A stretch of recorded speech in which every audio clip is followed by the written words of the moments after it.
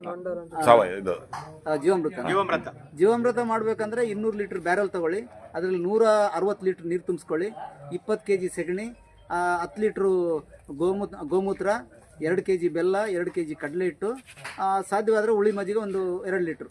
So ಇದನ್ನೆಲ್ಲ ಒಂದು ಬಕ್ಸೆ ಮಣ್ಣು, ಯಾವ ಗದ್ದೆ ಹಾಕ್ತಿರೋ ಅದ್ರ ಒಂದು ಬಕ್ಸೆ ಮಣ್ಣು ಹಾಕಿ ಇದನ್ನ ಚೆನ್ನಾಗಿ ಕರಡಿ ನೆರಳಲ್ಲಿ, ಅಟ್ಲೀಸ್ಟ್ ನೆರಳಲ್ಲಿ ಇರಬೇಕು. ಮತ್ತು ಇದನ್ನು ಮುಚ್ಚಬೇಕು. ಪ್ಲಾಸ್ಟಿಕ್ ಕಂಟೈನರ್ ಅಲ್ಲ, ಬಟ್ಟೆಯಿಂದ ಅಥವಾ ಗೋಣಿ ಚೀಲದಿಂದ ಮುಚ್ಚಿ ಪ್ರತಿ ದಿವಸ 3 ಸತಿ ಬೆಳಗ್ಗೆ ಮಧ್ಯಾಹ್ನ ಸಂಜೆ ಇದನ್ನ ತಿರುಗಿಸ್ಬೇಕಾಗುತ್ತೆ. ಸೊ ಮ್ಯಾಕ್ಸಿಮಮ್ ಅಂತಂದರೆ 5ರಿಂದ 7 ದಿವಸದ ಒಳಗೆ ಇದನ್ನು ಉಪಯೋಗಿಸ್ಬೇಕಾಗತ್ತೆ. 5 ದಿವಸಕ್ಕಿಂತ ಮೊದಲು ಆದರೆ ಮೈಕ್ರೋಬೆಲ್ ಕೌಂಟ್ ಕಡಿಮೆ ಆಗುತ್ತೆ. 7ನೇ ದಿವಸದ ನಂತರವೂ ಕೂಡ ಮೈಕ್ರೋಬೆಲ್ ಕೌಂಟ್ ಕಡಿಮೆ ಆಗುತ್ತೆ.